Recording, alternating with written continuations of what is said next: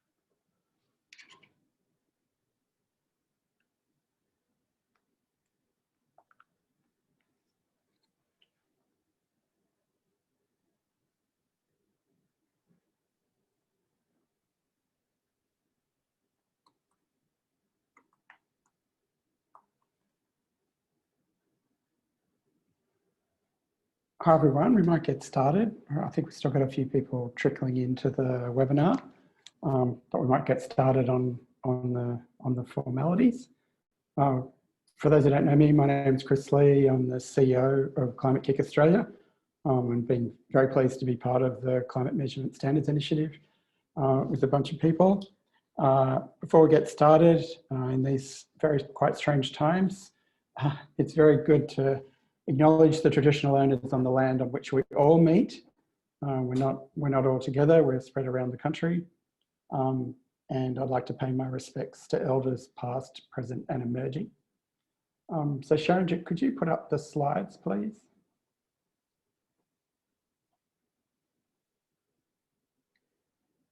So I think most people would be quite familiar with the Zoom webinar protocols now. I think if you weren't used to it before, you will certainly be now. Please put your questions in the chat or the Q&A, and I'll be gathering them during the talks, and then be moderating them after the presentations. Next slide, please. So today, I'm just going to give you a bit of a short background and overview of the CMSI and why we've come together and the work we've been doing. And then Sharanjit Padam from QBE, who's been the CMSI project lead, will take you through the financial disclosure guidelines and the recommendations that the group has made. And then we have two members from our science author team from the Earth Systems and Climate Change Hub. Kevin Hennessy and Andrew Dowdy will talk on the climate science guidance and take you through the information that's presented there. And lastly, as I said, we'll touch on that Q&A. Next slide, please, Sharon. So why are we here, or how did we get here? So a little bit of background. So in November 2018, Climate-KIC and the University of Sydney and Future Earth Australia hosted a roundtable that joined the financial sector and the science community to start to sort of talk about improving the linkages between the two. And there's a lot of discussion around the TCFDs and how they might apply in Australia. And so for those who don't know, the TCFD are the Task Force on Climate-Related Financial Disclosures. It came out of the G20 Financial Stability Board, and it's basically been designed at a global scale to apply globally and across sectors. And it's very much around the financial implications of climate change, and allows investors to assess how well companies are managing risks and opportunities of climate change. So out of that roundtable, some ideas developed around how do we make disclosure around TCFD easier for Australian financial institutions.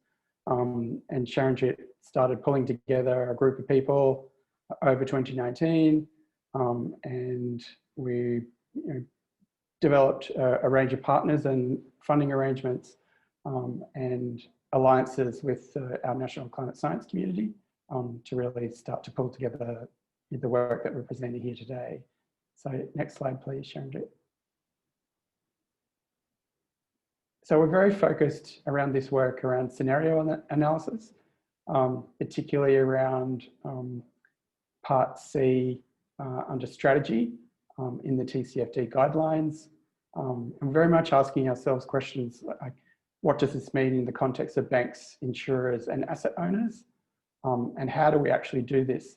So the TCFD is pretty useful, but it can be a little high level in terms of describing. It's fairly open-ended in terms of the how. So what we wanted to do was to really start to determine what might be the best approach in the Australian context.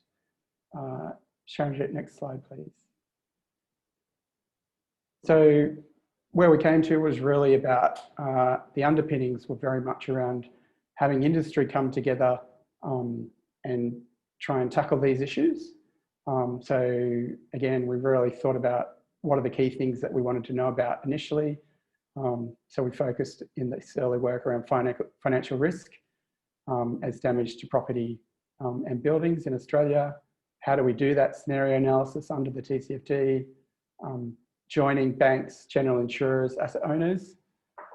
Importantly, really going to the best available science and leveraging the capability we hold in Australia to really understand work that might be applied in our own context. And very much about building a set of guidance material that was voluntary in nature, but start to lead us towards this idea of confidence and comparability.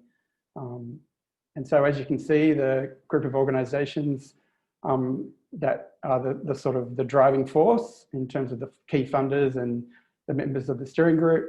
So we've got 4 of our big insurers, QBE, IAG, Suncorp, and RACQ. The two main reinsurers in the country, Munich Re and Swiss Re. Leadenhall Capital Partners, who are based out of the UK and are a reinsurance financier. 4 banks, so Commonwealth Bank, Westpac, HSBC, and NAB. And then, very strong support from Investor Group on Climate Change, representing their investor members. We had strong support from Minter Ellison and Climate-KIC as the sort of coordinating body. And as we touched on about the science, we collaborated with the Earth Systems and Climate Change Hub, which is a collaboration between the Bureau, CSIRO, and 11 universities. So it really represents our national science capability. So what I want to do now is pass on the presentation to Sharonjit, and he's going to take you through some of the more technical mechanics of what we did, and then also touch on the financial disclosures. So thanks, Sharonjit. Thanks, Chris, and thank you everyone for joining us today. It's good to see such a great turnout. As Chris says, so we formed the CMSI, and in terms of how we worked through what we did, we split into 3 committees. There was a financial disclosure committee who were essentially about how do we interpret the TCFD in the context of Australia, in the context of the financial services sector, and try to come to some sort of what are we going to disclose, the what of the disclosure when we did scenario analysis. As Chris pointed out, that the TCFD were to apply globally, and they were to apply to every sector. And so they required some interpretation. And what we wanted to do was try and find a way that we could interpret this thing consistently, so that our users, or when we made our disclosures, weren't spending time figuring out, why is QBE saying this, Suncorp saying that, NAB saying this, when it's essentially the same problem. So that was chaired by Karen McWilliams from Chartered Accountants Australia and New Zealand, and was made up of preparers and users of TCFD from the financial services industry. So very importantly, we got both sides of the table together, asked the users what they wanted, and also talked to the preparers about what they were able to produce.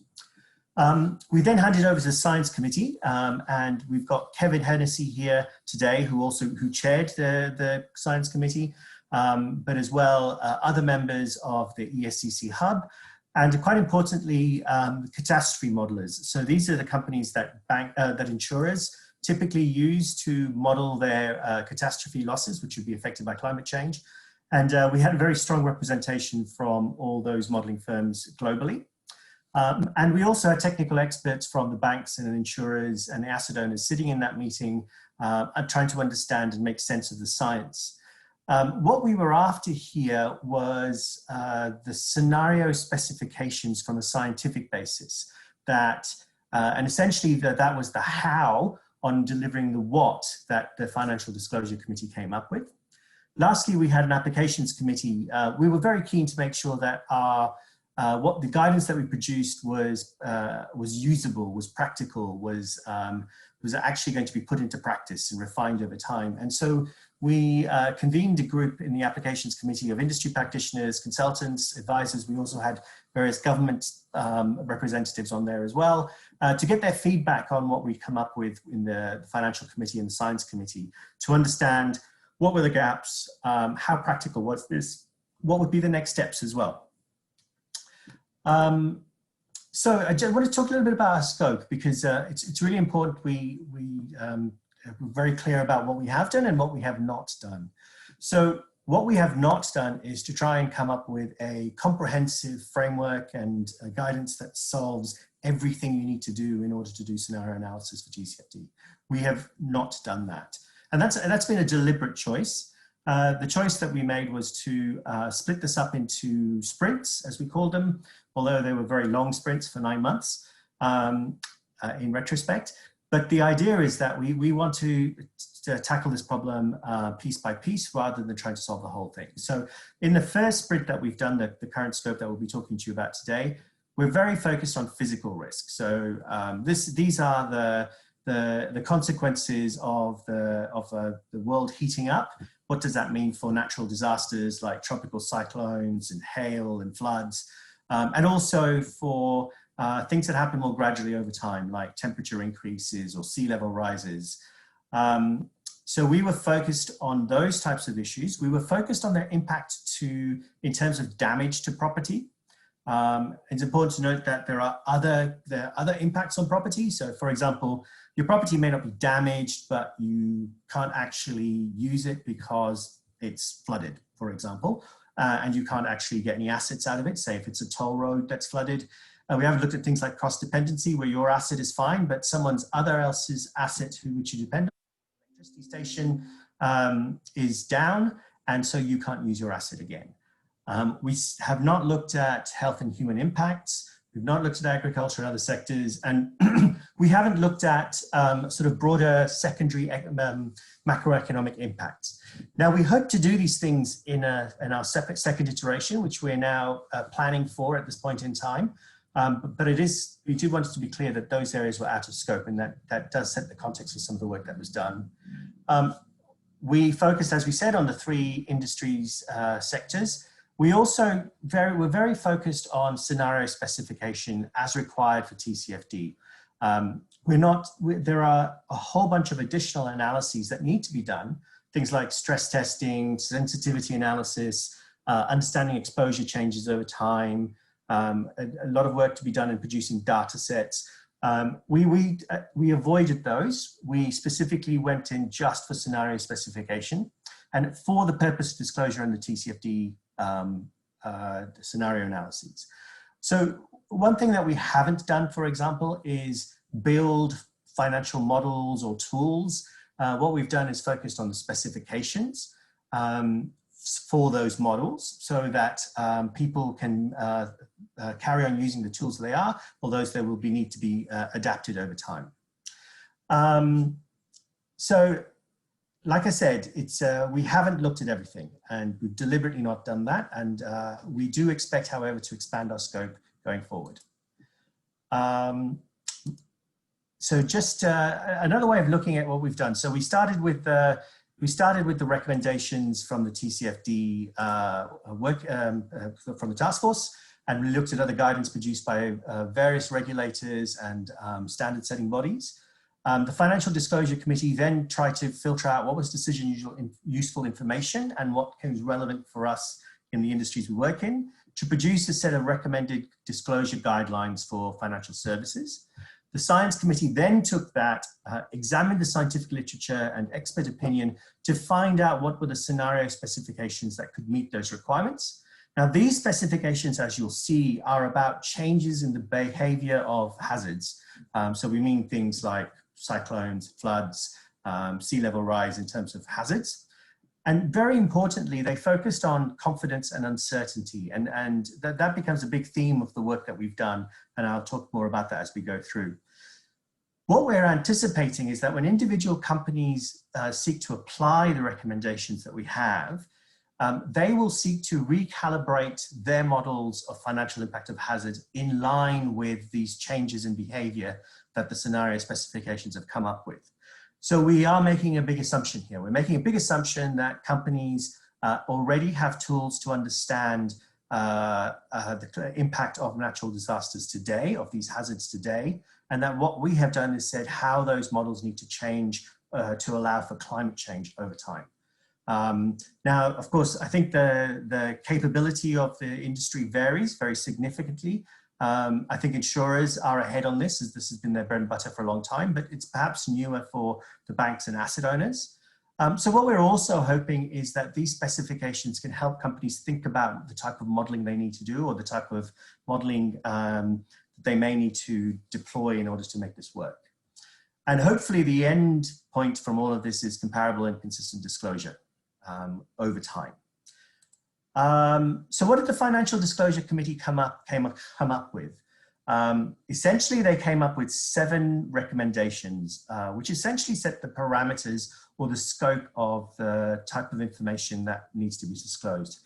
So first of all, TCFD requires people to do a 2-degree or lower scenario.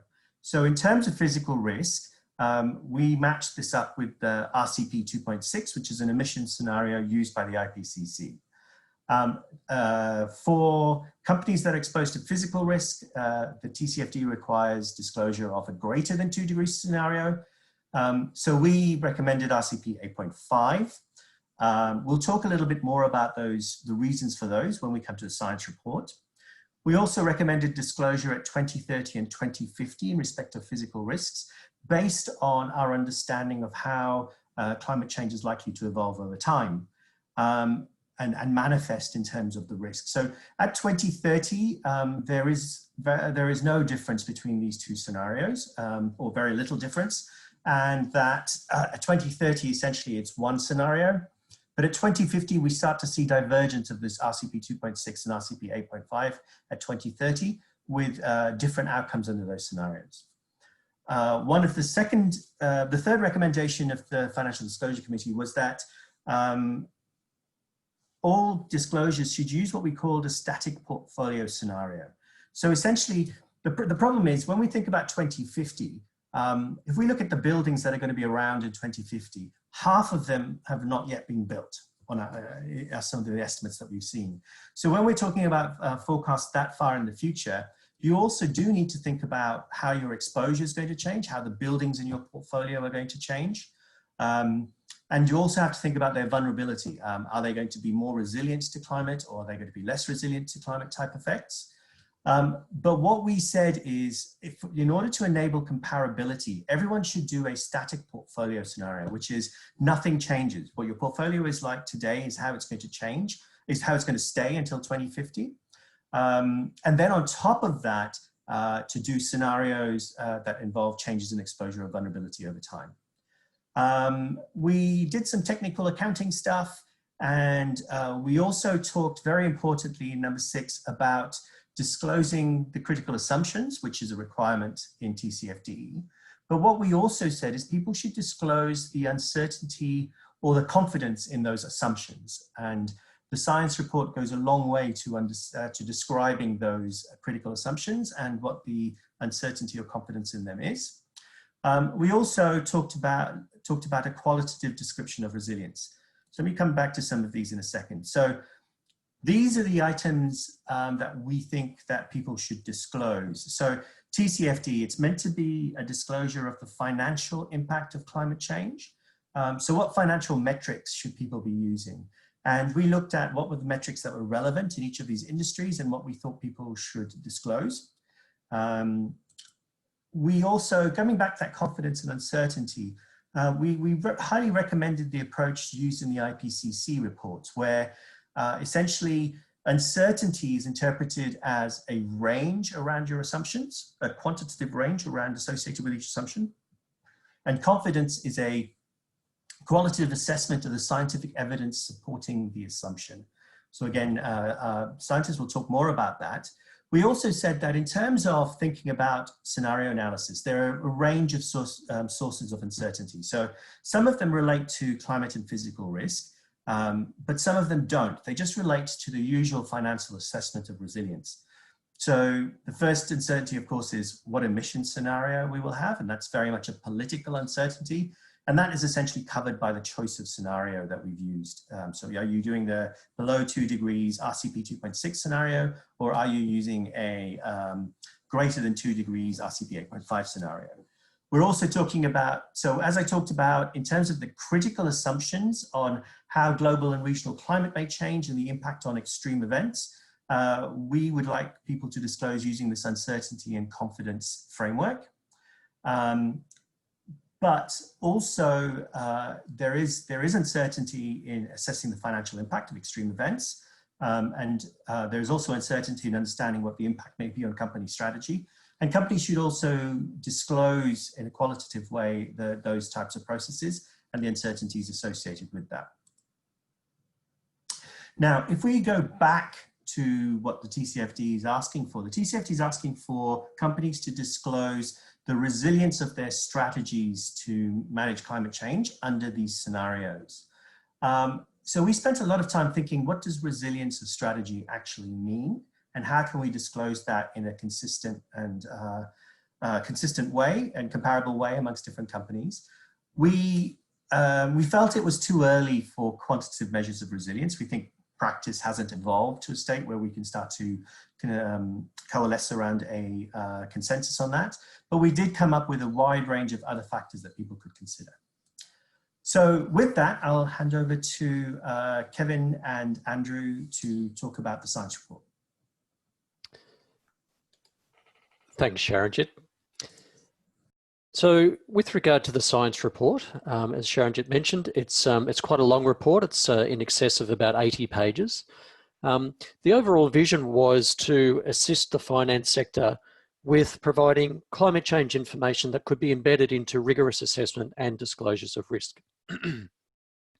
With regard to the science that's needed to inform decision making, we had a fairly aspirational vision of a comprehensive, fully evaluated set of high resolution or fine detailed climate projections that can depict all of the relevant hazards with high confidence and well-defined ranges of change. So that's a very ambitious vision, but that's what we're aiming for ultimately. Next slide, please. The science report focuses on 3 aspects. The first is on some fundamental principles and methods for assessing observed climate change and making projections for the future. The second is about projected climate changes based upon available data and information that looks at Chronic hazards, which as Sharon just mentioned, might be things like annual average changes in temperature or annual average changes in rainfall or sea level. These are slow, gradually emerging changes. We also looked at acute hazards, things like tropical cyclones, hail, storm, fires, floods.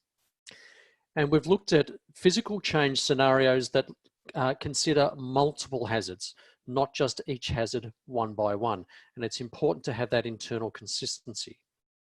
And finally, we looked at the gaps and needs that have emerged from this piece of work, because it was a 9-month sprint, and a vision for where we would like to be in the future and a roadmap for how we might get there. Next slide, please. The science report has 3 levels of detail. The executive summary is relatively short, a couple of pages, and it has some very simple qualitative infographics like the one you can see here. That will be showed again later by Andrew Dowdy. The technical summary is a bit longer. Obviously, it has a bit more technical information, including tables with quantified information about projections for the future. And thirdly, the main guts of the report goes into a lot more detail about the principles and methods, the projections themselves and the underlying evidence and the way we've assessed it, and some supporting information in a series of 8 appendices. Next slide, please.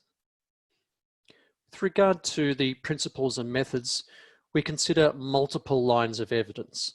It's important to not just rely on climate models, for example, or just extrapolating observed trends. I'll say a bit more about that in a coming slide. We also assess and use multiple climate models, not just one, because we know that in some risk assessments that have been done around the world, they might have a favorite model that perhaps has been developed in their region, but it doesn't adequately sample the range of uncertainty. As Sharon just mentioned, we also use and assign confidence ratings to each of the projections using an IPCC system. And we refer to peer-reviewed published literature, as well as credible sources of data, such as climate data from the Bureau of Meteorology. We consider 3 key aspects that contribute to uncertainty. The first is ongoing climate variability over a range of timescales from hours through to decades. We need to assess and disclose the impact of historical climate variability, including extreme weather events, near misses or counterfactuals, things that could have happened but haven't just yet. These might be black swan events. And we need to remember that that variability will be superimposed upon the gradual changes in climate in the future. Secondly, we look at global emissions of greenhouse gases and aerosols. Aerosols are very fine particles in the atmosphere that can actually have a local cooling effect. And we look at 2 extreme cases that bracket the range of possibilities. We look at a high emission scenario and a low emission scenario, consistent with the TCFD recommendation, which is to look at scenarios that give you a less than 2 degree global average warming and a greater than 2 degree global average warming. And finally, we consider the regional climate change responses to each of these emission scenarios.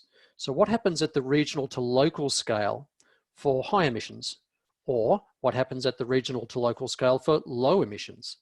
And we need to account for the range of possibilities that come from the literature and from the available data. Next slide, please. With regard to looking at multiple lines of evidence to inform our confidence ratings, we consider things like physical theory. So for example, the fact that a warmer atmosphere can hold more moisture and produce more intense rainfall. We also consider our understanding of key climatic processes, things like the El Niño Southern Oscillation, for example. We also use both global climate models, which by their nature are global, but have relatively coarse spatial and temporal resolution. But we augment that by looking at high resolution regional climate models that give us a bit more detail. And we consider both the performance of these models in simulating the current climate, as well as the amount of agreement between the models on their future projections. We also look at observed trends in climate and the different causes or attribution to those trends. And this is a very, very complex field because it's actually quite difficult in some cases to assign a single cause to, for example, global warming or to regional rainfall changes. And finally, we've done a very rigorous assessment of the available literature, both nationally and internationally. So with regard to confidence assessments, we look at both the amount and quality of evidence, which is in the graphic on the right-hand side, as well as the agreement between the lines of evidence. So where we have low agreement and limited evidence in the bottom left corner, we have low confidence. Alternatively, where we have very high agreement amongst the lines of evidence and very robust, high quality evidence, we have very high confidence in the projected changes. And so you'll see these confidence ratings popping up when we talk about the projections for particular hazards. Next slide, please. So the first aspect that we talked about was accounting for ongoing climate variability on a range of timescales. So this goes from weather variability from day to day through to seasonal drivers of climate variability, which might include things like El Nino and La Nina. And we've just moved into a La Nina phase. So we expect slightly lower than average temperatures, an increase in average rainfall in some parts of Australia, and perhaps more tropical cyclones. We also need to understand historical trends. So we know that there's been a warming trend across Australia over the last 5 or 6 decades. We know that there's been a trend toward lower rainfall in southern Australia and more rainfall in northern Australia. So we account for that. We look at recent extremes, and we're certainly very conscious of some of the heat waves and fires and floods and droughts that we've had recently. And we need to consider what impacts those types of weather and climate variability have had on, in this case, the finance sector. And of course, some of the insurance loss data is very relevant in this regard. And we need to also consider what if. So what are the perhaps near misses that have occurred or the counterfactuals? And this is very important for stress testing. And then of course, having understood how current and past climate variability has affected impacts, we need to then factor that into what that might mean for the future impacts. Next slide, please. Aspect 2 is looking at future pathways of greenhouse gases and aerosols. One particular greenhouse gas is carbon dioxide, or CO2. This is shown in the graph here in terms of CO2 concentration in the atmosphere, and it's measured in parts per million. It's a trace gas, very low concentrations, but it has a very strong impact on climate. The IPCC, the Intergovernmental Panel on Climate Change, recommends 4 different RCPs. These are representative concentration pathways ranging from 2.6 up to 8.5. So the 2.6 pathway is very ambitious. So it assumes low rates of population growth and a very strong shift toward renewable energy sources that have less carbon intensity. Through to RCP 8.5, which assumes high rates of population growth and a continual dependence upon fossil related energy sources and transport and high emissions from agriculture, for example. So each of these is considered plausible. There's of course various different opinions and debates about which is more likely and which is more feasible, but for the purposes of this report, we're considering RCP 2.6 as a low emission scenario that's plausible and RCP 8.5 as a high emission scenario which is plausible. Next graphic on this slide, please. I won't say much about shared socioeconomic pathways, or SSPs, except to say that this is an emerging area which is helping to frame some of the emission pathways. It puts more of a socioeconomic dimension behind some of the raw CO2 concentrations or emissions, which are very physically based. So for example, RCP 2.6 is reasonably consistent with SSP 1, which has a focus on sustainability, whereas RCP 8.5 is more aligned with SSP 5, which is more of a fossil fuel development pathway. Then the way in which we can express these low and high cases of emission pathways is shown at the bottom in this table. So for example, carbon dioxide emissions would, in the low case, transition to a net zero emissions by around 2070. As I said, aligned with SSP1, and a global warming relative to pre-industrial times, around 1850 to 1900, of about 1.3 degrees to 2.2 degrees by the middle of the century, increasing to between 0.9 and 2.4 degrees by 2090. So not much change over time for the low case. And while this represents lower challenges for physical risk, so relatively good news, it does represent higher challenges for transition risk. So for the shift, for example, to more renewable sources of energy.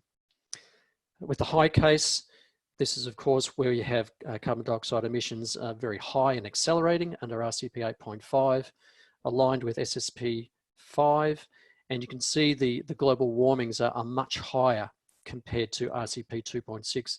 So by the end of the century, reaching between 3 and 5 degrees. So that presents much higher challenges for physical risk, but lower challenges for the transition risk. And thank you, Sharonjit. So RCP 2.6 has a 2 in 3 chance of meeting the Paris Agreement target of 2 degrees warming by the end of the century. Whereas RCP 8.5 certainly exceeds the Paris Agreement target of 2 degrees. Now, some people will probably question, why did we not use RCP 4.5? Perhaps it's more feasible, more likely, particularly bearing in mind the degree of compliance with some of the very challenging emission reduction targets. If we chose an RCP 4.5, there would have been a roughly 40% chance of meeting the 2 degree Paris target. And we felt in consultation with the Finance Committee that it was better to go for the RCP 2.6 scenario, which had a better chance of staying below that 2 degree warming limit. Next slide, please. Aspect 3 that we consider in terms of quantifying uncertainties, looking at the regional climate changes for each of those emission scenarios. And the Finance Committee recommended that we look at 2030 and 2050. We also provided information for 2090 because there's quite a lot of information in the peer-reviewed literature for that time period. And we focus on 20-year periods centered on each of those target years. We look at a low emissions case and a high emissions case, and we focus on 4 regions in Australia that are consistent with what has been used for the Climate Change in Australia assessment that was done about 5 years ago, a map of which is shown on the right-hand side there. So we essentially have Eastern Australia, Northern Australia, Southern Australia, and a large orange blob in the middle, which is the rangelands. And this aligns with the map at the bottom right, which is currently being used by the IPCC in their 6th assessment report. The projections are not going to provide application-ready data sets. This is something that Sharonjit mentioned in one of his slides, and it's not going to provide information about exposure and vulnerability, which is of course necessary for any detailed risk assessment. So that's what's out of scope, but what's in scope is quantifying the climate hazards. Next slide, please. So with regard to the regional climate projections, we can provide this information in 3 ways. So one is projected ranges of change that come directly from climate models. So for example, it might be a 1.5 to 2.5 degree warming for a particular region. But secondly, we do try to bring in additional information from other sources. And we've talked about looking at our understanding of process theory, or the way that some of the key drivers of climate variability might change. And so then we might provide more of a best estimate based upon expert judgment. And we provide not only a central estimate, but also a range of uncertainty. And finally, where confidence is low, so where there's a lot of, for example, either disagreement between lines of evidence, or there's just not much evidence out there at all, we provide a qualitative assessment. So for example, you'll find that with regard to whether tropical cyclones might move further south, we say there may be little change or a poleward expansion, but we can't quantify that at this stage. Next slide, please. With regard to chronic hazards that emerge gradually over time, we've given projected changes for 3 periods in the future, so 2030, 2050 and 2090, for 4 regions, and for each we give confidence ratings. So in summary, we expect temperatures to increase everywhere over Australia with very high confidence. So all of the lines of evidence are very robust and in agreement. With regard to rainfall changes, we expect it to become drier in the south with high confidence, possibly drier in the east with low to medium confidence because there's a bit more divergence amongst the lines of evidence. And there's actually large uncertainty about the projected changes of rainfall in the north of the country. So we have low confidence there. Sea level rise will continue to increase with very high confidence. The time in drought is likely to increase in most regions, especially in the south, consistent with the decrease in rainfall. But we have low to medium confidence in those projections. And with regard to extreme temperature, we expect that to increase everywhere with high confidence. And the sample table down the bottom there just shows the sort of information that we are able to provide. We talk firstly about observed changes and the extent to which there's been attribution to human-induced climate change, so due to greenhouse gases. And then we provide projections for 2030 relative to 1986 to 2005, which is the IPCC baseline period, and then projections for 2050 and 2090. The numbers in the green color are for low emissions. The numbers in red are for high emissions, and you've got the confidence rating at the end.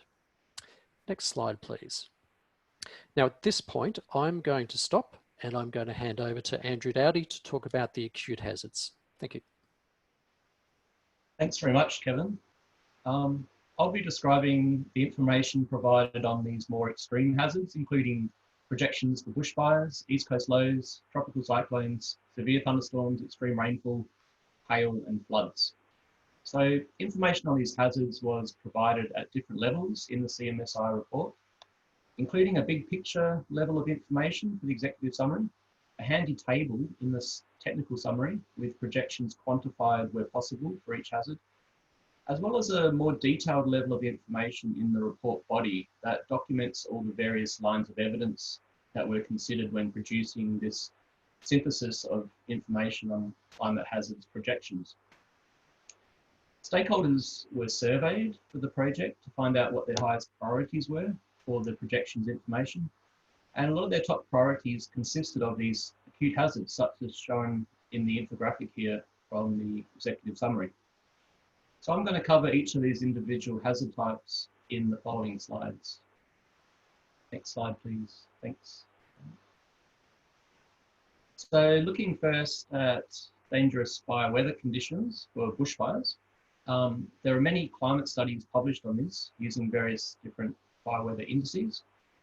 And fire weather indices provide a consistent way of combining a range of different weather conditions that are known to influence fire behaviour. This includes things like wind, temperature, humidity, rainfall. And although no single index is perfect, these fire weather indices can be useful for some climate change applications.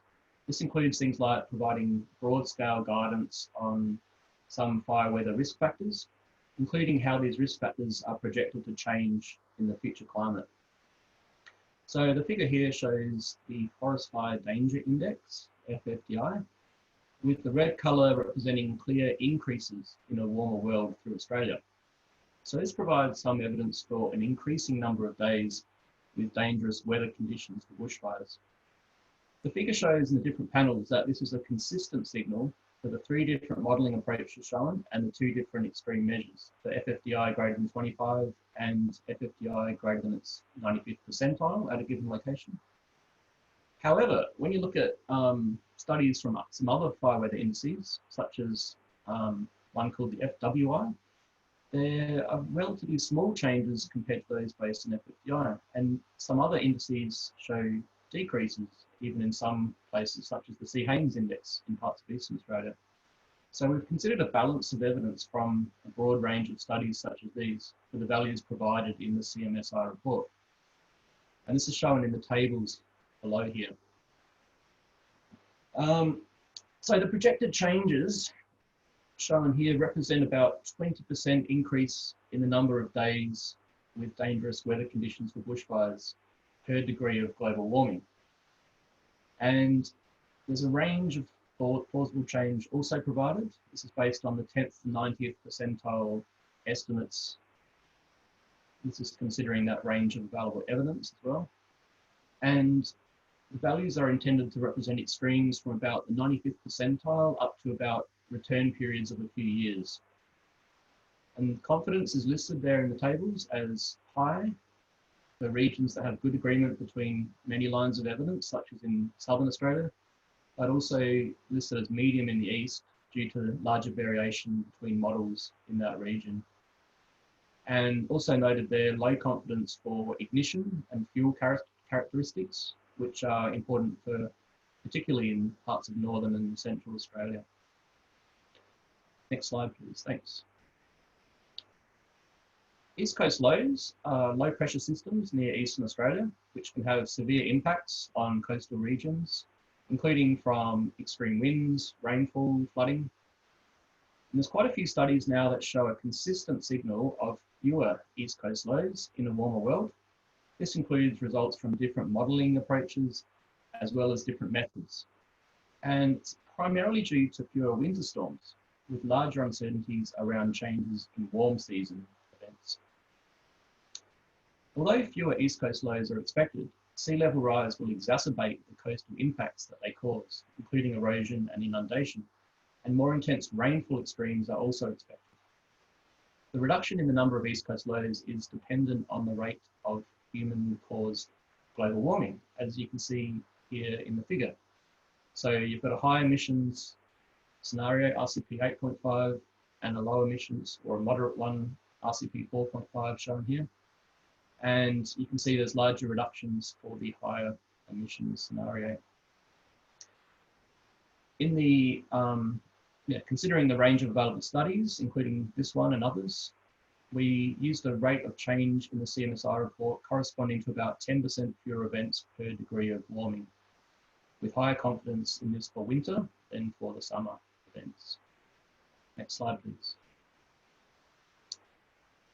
The projections for tropical cyclones show some similarities to the case for East Coast lows, with fewer projected to occur in a warming world, and sea level rise also exacerbating impacts with more intense rainfall extremes.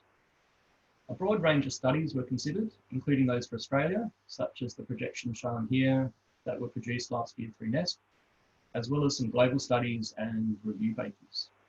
Stakeholders in the sector had a strong interest in the number of Category 4 and 5 tropical cyclones, with a balance of evidence from available studies suggesting an increase in their numbers is more likely than a decrease. Stakeholders also had a strong interest in tropical cyclone latitude range, with a balance of evidence indicating either little change or a small poleward expansion for the Australian region, but with relatively low confidence around these regionally specific projection details. Next slide, please. More intense rainfall is a very likely consequence of a warmer world. This is based on multiple lines of evidence, including observations, modelling, and physical process understanding.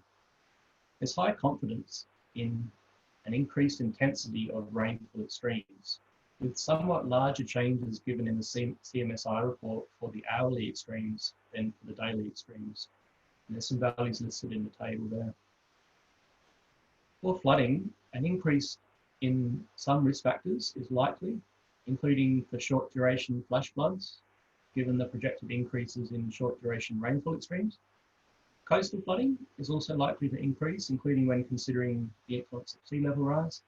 However, there is lower confidence in projections for other types of floods, including for large floods in general. There are also large uncertainties around projected changes in hail. Hail observations are very limited and not homogeneous over time or space through Australia, making observed trends difficult to determine.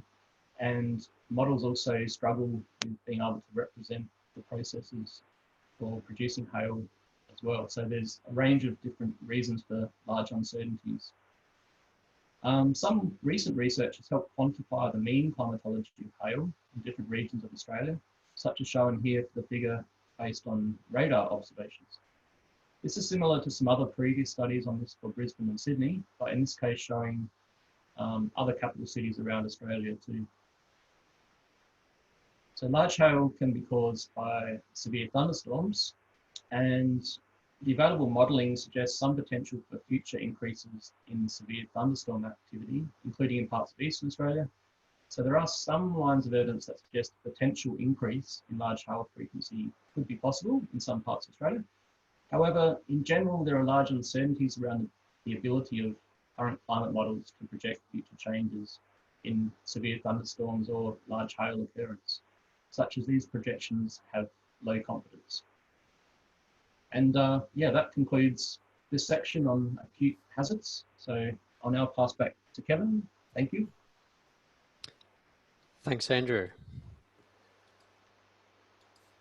So this slide now is returning to the idea of looking at multiple hazards rather than just considering them one by one. And it's really important to understand the need for internal consistency for a given combination of hazards. So for example, would you get an increase in hail with an increase in extreme rainfall with an increase in fire weather? Is that physically plausible? Is that what the climate models are telling us? And so that's what we've explored here. On this diagram, if we first focus on the left side of the panels versus the right side, this is just distinguishing between the low emissions versus the high emissions case. The vertical dimension in this diagram is considering the difference between two regional climate scenarios. So this is now the regional dimension rather than the emission dimension, if you like. And we can get this information, as I've said before, from different climate models.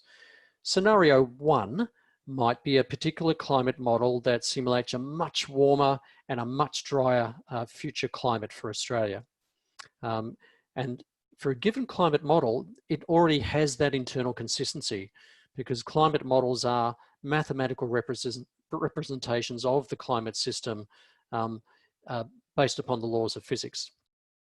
Scenario 2 might come from a different climate model, and this might represent a slightly warmer future and maybe not much change in rainfall.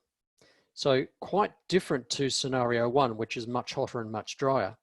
We need to consider both of those types of cases and the fact that they've got internally consistent changes in climate. So for example, scenario 1 being much drier and much hotter would also have a much greater increase in fire weather, for example, especially for the high scenario case. So for the high emission scenario, the top right. Whereas if you had, for example, down the bottom left, low rates of greenhouse gas emissions in future and a slightly warmer, or not much change in rainfall, that's distinctly different from what you get with the high scenario 1. So I hope that's reasonably clear. This is an area that we're really in the process of exploring rather than having nailed it down definitively. But you can access this information from individual climate models. Next slide, please. So another way of describing these future pathways for internally consistent futures is to consider narratives. And so the high case, so high emissions, is, for example, a world with high emissions on track for exceeding 3 to 5 degrees of global warming by late in the century, where Australia experiences a warming of 1 to 3 degrees by 2050, with greater warming inland than in the south. So that's making a distinction about the pattern of warming. Average rainfall changes by maybe minus 30% to plus 20%, with decreases more likely than increases in the south and in the east. So that gives you a sense of what that particular future might look like.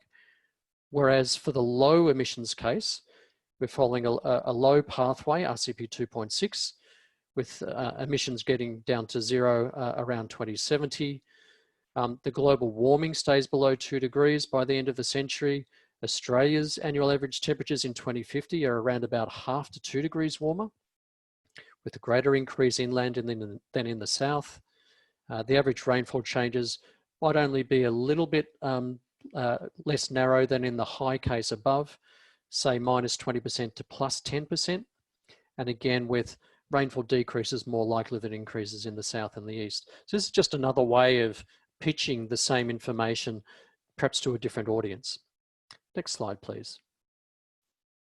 So we've gathered a lot of information together, and we've tried to synthesize that into various different tables and narratives. But the fact is that there are some gaps and needs that need to be addressed. So some data sets are not currently available for public or commercial use, and we've heard that loud and clear, and that's an issue that needs to be resolved. And some of the data sets are actually quite tricky to use.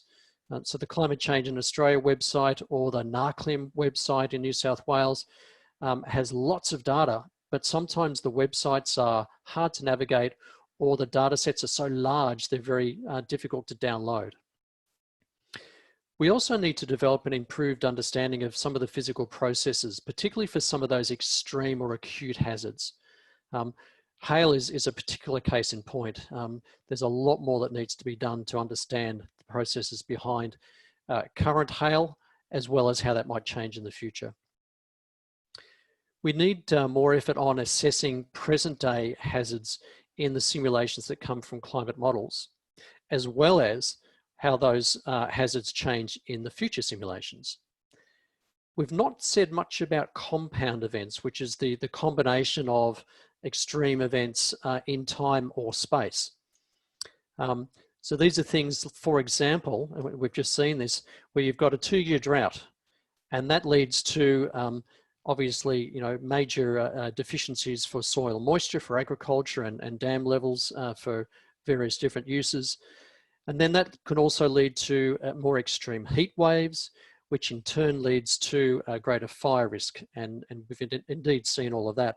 And then, of course, in January of this year, we saw hailstorm in both Canberra and Melbourne. So these sorts of compound and cascading events are really important in terms of looking at impacts and potential losses, but it's very challenging. And finally, we need nationally consistent fine resolution climate projections. There's been a lot of effort in doing fine resolution projections using regional climate models, but it's not been well coordinated.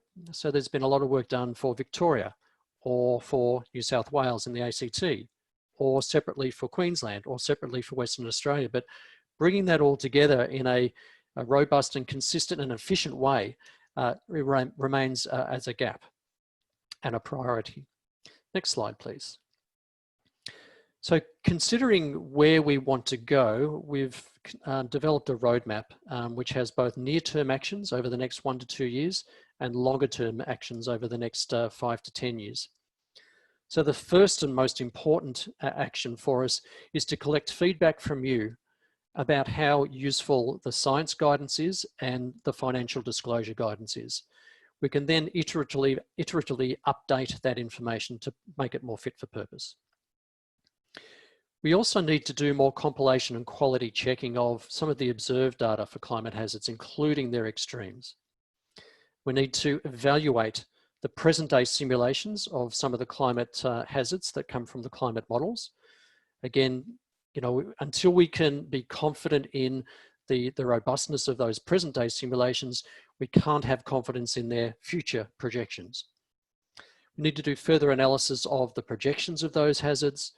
We need to do an analysis of recent compound events, again, to inform our thinking about how they might change in the future. We need to contribute to this international coordinated downscaling set of experiments using the new suite of global climate models, which are called CMSI. So this is being done for Australia to develop more useful and more detailed regional climate projections. And to support all of this information, we need climate services, because these enable the uptake of the information in impact assessment, planning and adaptation. So it's not sufficient just to create more data and yet another website. We need to support the uptake. In the longer term, we need to improve observational systems for climate hazards, particularly for things like hail and for fire. We need to improve our understanding and modelling of some of these extreme climate hazards, and we need to incorporate that in the projections of compound events. Next slide, please. So I'm handing back to Chris now. Great, thanks, Kevin. I might ask all our panelists to turn their video on now. Yeah, so as Kevin said, where CMSI as a group we're very keen to receive feedback on both information in the finance report and the science report, particularly around preparers and users of TCFD disclosures on what we put forward. Our hope is we intend to iterate the recommendations and develop additional information, and particularly around the climate science and application. Particularly interested around practical challenges and areas where further guidance might be required. We certainly found in doing the work of the applications committee, where we tested the recommendations of the work, that we still have a very sort of, I guess, a broad ranging set of users,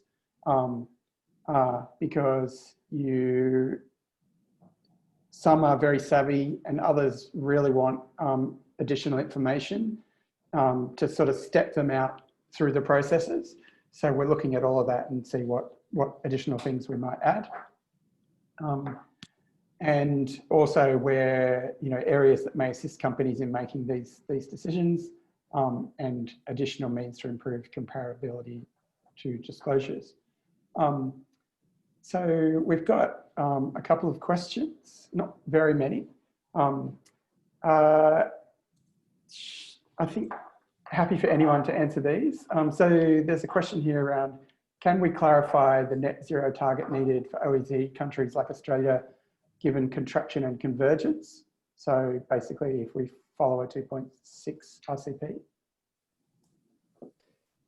So is this this is really focusing on more what Australia needs to do as opposed to the globe? Because that's I guess a very political question. So there's no doubt at a global level that the science is suggesting that if we follow that RCP 2.6 trajectory, we would need to get to net zero CO2 emissions by around about 2070.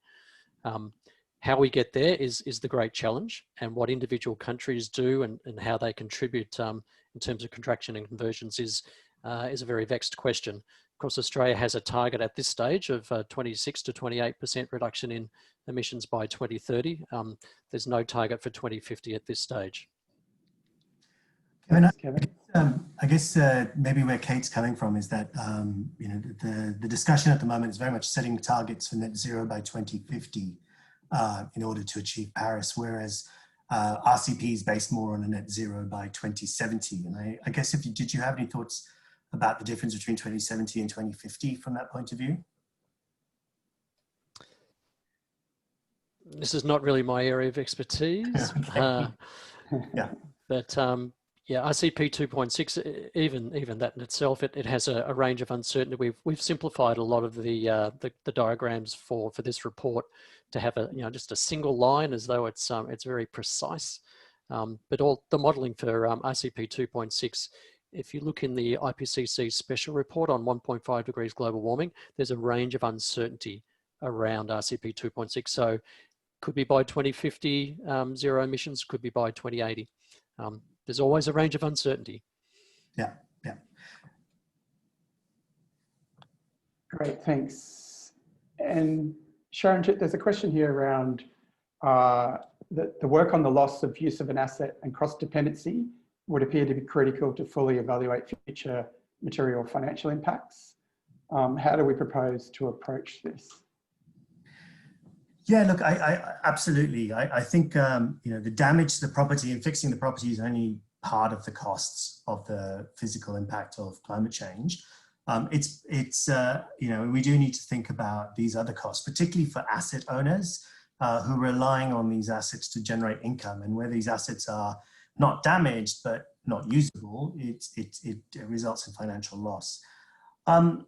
I actually don't have an answer to your question about, what particular method we would use. But the way that we would go about it is essentially what we've done to date, which is to gather the experts in the area and to put them in a room and smash their heads together until they come up with an answer, really is kind of how we've taken this process. There has been a lot of good work done in New South Wales by the XDI project in understanding cross-dependency there, and I think we would very much want to make use of the work that they have done. The complications with cross-dependency is it's like the data requirements become, they just grow exponentially, because not only are you considering the data about your own asset, but you also need to know the data about every other asset it supports, and also the data about how the two are related. And one of the big challenges in the XDI project, which is looking at cross-dependency of state government assets in New South Wales, is just the sheer amount of data you have to collect. You have to know, if you have a building, what electricity systems are you relying on, and then you have to know about all of those. And it's actually very difficult to get people to share data on that level. Props to XDI for doing such a great job in what they're doing. I think that we would have to look at those types of approaches. It's very hard to do cross-dependency on a top-down approach, because what you find in practice is that it's very non-linear, in that certain assets become absolutely critical to a whole range of other assets. Dams are a really good example of that. And so it will be a big challenge. And I think it's one that will require a lot of work in terms of data capture and what are the dependencies that are out there. Thanks, Andrew. So one for you, Andrew, I think. There's a question here. Can the work done to date illuminate anything on annual exceedance probabilities? Yeah, that's a good question, yes. And we can say some things about things like that. And we are producing some of that at the moment for the energy sector through a project called ESCI, ESCI, and that's working with AEMO and the Bureau of Meteorology and CSIRO. And we're producing average recurrence intervals of up to about 10-year extremes. And that includes for things like extreme temperature for individual days, as well as extreme fire weather. And next, we're looking at extreme wind as well from this, so wind gust, so that 3-second type of wind gust, which can damage infrastructure. So there's a range of these extreme products that we're now producing. And so, yeah, a lot of everything that we have available at the moment has gone into the CMSI report. But yeah, there are these other projects that are also continuing, and will continue to develop new science outputs around these topics. And I'd also mention the NESP project, that a lot of the involvement of the scientists for this has come through that. So that's the National Environmental Science Program, and the Earth System and Climate Change Hub that I'm a member of, as well as Michael Gross and Jason Evans from UNSW, who've also been co-authors with Kevin on this science report. So a lot of new science around extremes, including these sort of return period or AER type of, or AEP, depends on which way you want to formulate them. A lot of this sort of analysis is being produced. Thanks, Andrew. So a related question, and maybe you or Kevin can answer as well, because I know you're both involved in the ESCI program. And I know ESCI started to look at this. There's a question here around what are the prospects for incorporating compound hazards, or even hazards simply arriving more frequently and sort of cascading impacts? Particularly, the recent observational record shows, a lot stuff happening a lot more quickly. So Kevin or Andrew, do you want to perhaps respond to that? Yeah, I can go first maybe and then pass over. So it's very much an emerging field. There hasn't been a lot done globally even, but some studies have started to look at this, and ESCI is considering compound hazards as well as the NEST project that I mentioned before on extremes. So one of the papers we've already published has combined various different storm types together to see how often they occur simultaneously and how that changes the risk of things like extreme wind occurrence or extreme rainfall. So that combines thunderstorms, cyclones and cold fronts, and looking at how when they occur simultaneously, you actually get a much higher risk as you'd expect. But we've quantified that and mapped it through Australia as well as the world, and in relation to extreme rain and wind. So there's a paper on that in Scientific Reports that I did with Jennifer Cato, who's now moved to the UK. But we've also continued some work on that with Acacia Pepler through a project for Victorian government. So there's a paper published on that as well. So compound events, we're starting to get these data sets produced now, and yeah, multiple storm types, but also multiple hazard types. So you can say, when do you get extreme wind and rain at the same time? And we've cross-referenced these multiple compound hazards against the compound storm types. So you can start with, this is some of the emerging work. How do you match these compound storms with compound hazards? And data sets are being produced around this as an emerging field. So, but at the moment, there are large uncertainties and nothing much in terms of how this might change in the future. We're still looking at the current climate. So I'll pass that on to Kevin in case he's got more to add. Yeah, no, that's really good, Andrew. And conceptually, there are some different aspects to compound impacts. So there are compound hazards, which might be the weather hazards, for example. So a combination of a cyclone and a fire. The compound impacts also incorporates exposure and vulnerability. And these are the things which we've seen play out, for example, with our recent fire hazards. So you've seen the cascading effects of a fire leading to road closures, impacts on supply chains, communication, evacuation, health hazards from bushfire smoke and so on. So it does tend to significantly ramp up when you've got interconnected sectors and regions. So that's another way of framing compound impacts beyond just the hazards. Thanks, Kevin. And I think it's also an interesting piece to also start to think about these in basically the way you can build compound scenarios, which might not necessarily, you can't apply a probability to them, but they're a really useful tool in stress testing systems and better understanding risk, because we know that they might be happening, but to actually put a probability against them is not really possible. There's one here where I think the answer is going to be no, but I will give him a chance to say no. It says, would Sharanjit like to comment on the idea of some regions becoming uninsurable in the future? Actually, no, I'd be very happy to take that question. Yep. So there's a range. It's important to understand what uninsurable actually means. I think there's a cascade of things. So the first one is unaffordable. I mean, I think it's inevitable, and I don't think anyone's pretending otherwise, that if the risk increases, your insurance premiums will increase. It's just simply how it works, right? The cost of production goes up, so the cost of sales goes up as well.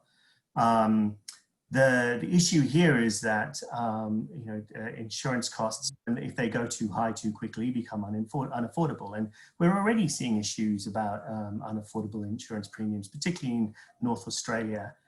It's been identified already. And I think it's going to be inevitable that we will be hitting barriers of unaffordable insurance premiums as climate change increases over time.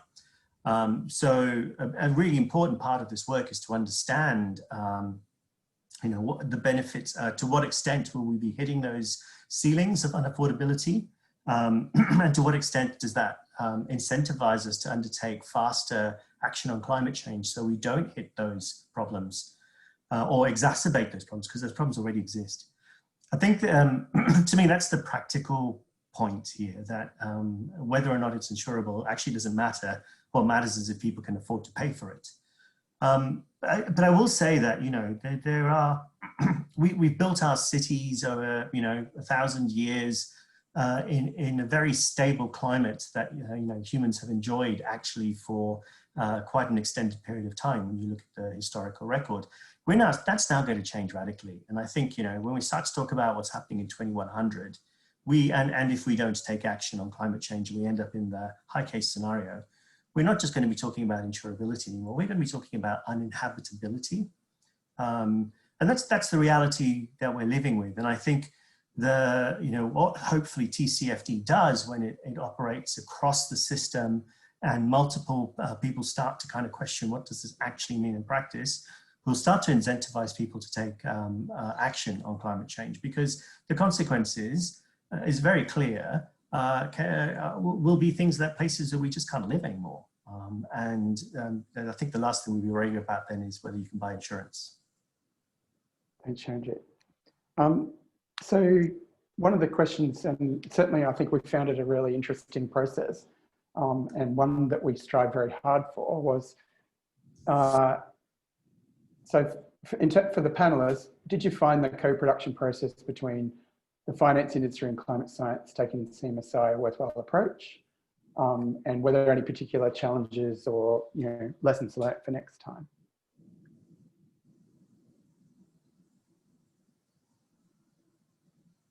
Andrew or Kevin? Yeah, Andrew, yeah. Oh, yeah, I mean, it was very interesting working with a sector where they say, well, we have to make these decisions regardless of, you know, whether you can quantify this extreme or not. So we'll choose a value and cost things appropriately, but to our best of our knowledge. And sometimes as scientists, we think, oh, there's some uncertainty there, so maybe we won't provide a value. But finding that balance between how far can we go providing a value that will be useful, but still reflect the uncertainties and confidence that we have in some aspects of the science.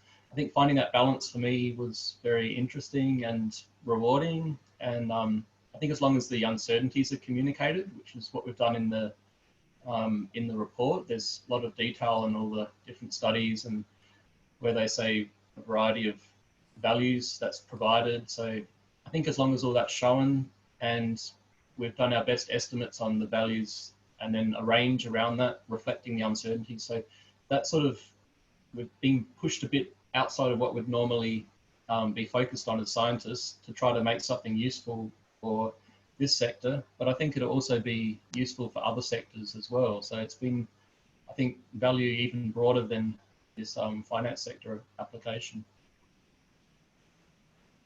Thanks, Andrew.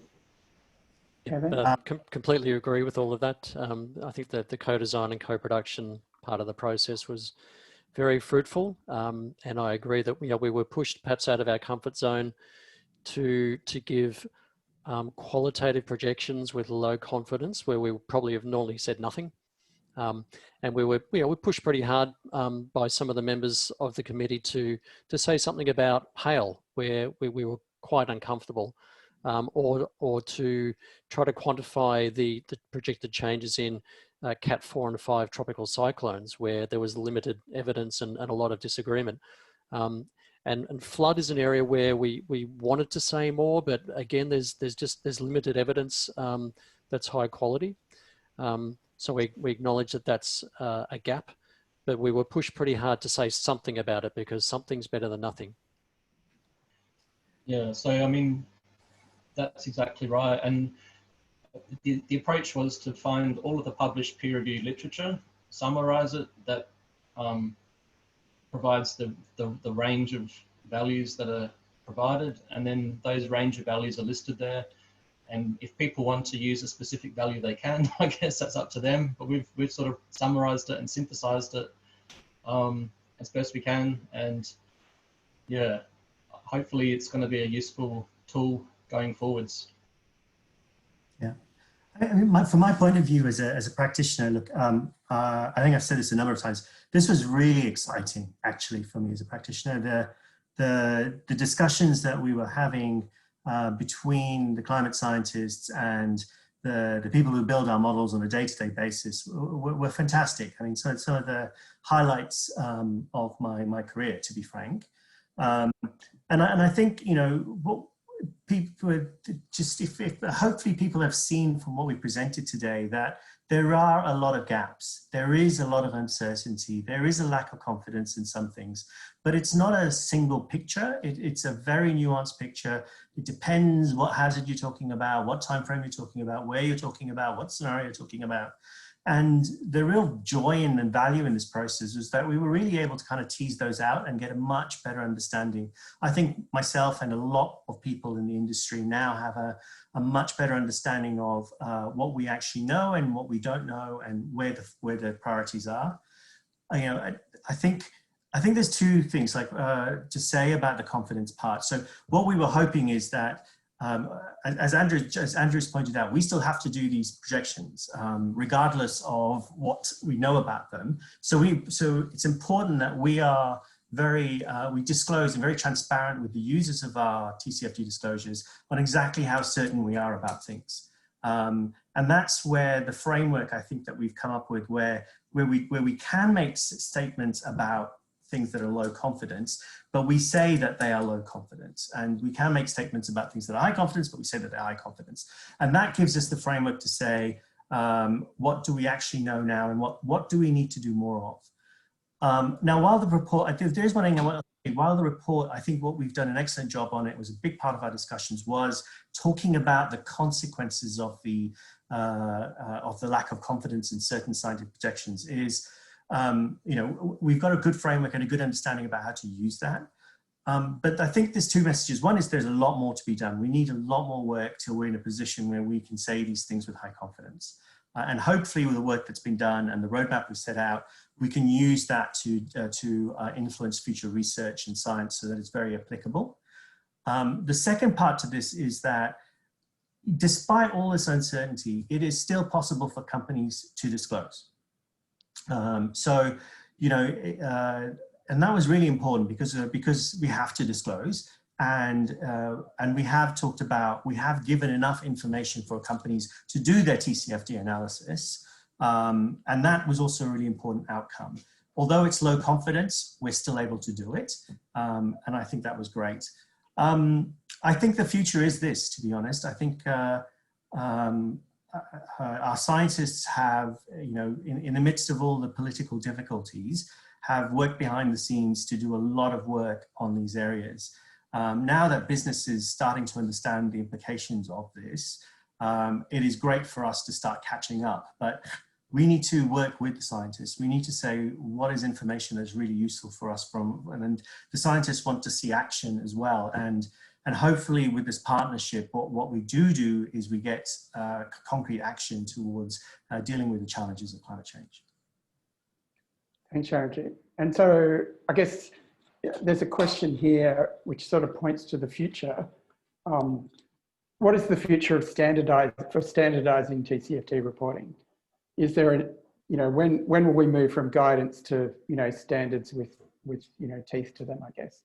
I mean, certainly we're seeing New Zealand make those announcements about mandatory TCFD disclosure. Yeah, look, I think there's two parts to it. I mean, I think mandatory disclosure is one thing, but standardized disclosure is another. I think the real drivers of standardized disclosure, which is everybody go and look at this particular scenario and tell us what it means for your business, which is what we're trying to move towards, because most of the financial services sector is already committed to disclosure in the TCFD. Our investors have driven that out of us. QBE is already disclosing TCFD, so are nearly all the people who were on our committee, and that's why we were there, because we'd already committed to doing it and we were going to do it. What matters is the standardization and the comparability, and who that matters most to is actually our regulators. There's no point in them getting a regulatory return from QBE about the impacts of climate change in our business and one from IAG, and that they're both based on completely different views of what the science is saying. And I think that one of our motivations in doing this activity was to as an industry, kind of come forward and influence the shaping of that regulation, to say, actually, this is what we can do, and this is what we understand, and working collaboratively with the regulator on this. And that's an approach I think we want to take going forward. And I think the regulators will need to drive standardization. It's not us. We will certainly move towards that from a consensus approach, but ultimately the CMSI does not have the power to compel anybody to do anything, and that power will only come from the regulators. Great, thanks, Sharonjit. Look, I'm conscious of the time. Please feel free to keep sending in questions, and we'll see what we can do about answering them. I want to once again thank Andrew and Kevin and the other members of our Science Author team and Sharonjit for their time today. We're really excited by this project and what's been achieved so far. And we're certainly working behind the scenes with all the stakeholders to determine what we do next. So we're really looking forward to making future announcements about the next lot of work that we plan to do. And just remind you that all the reports are sitting on the CMSI website. So that's cmsi.org.au. And thank you again for attending. We really look forward to staying in touch and hearing your feedback.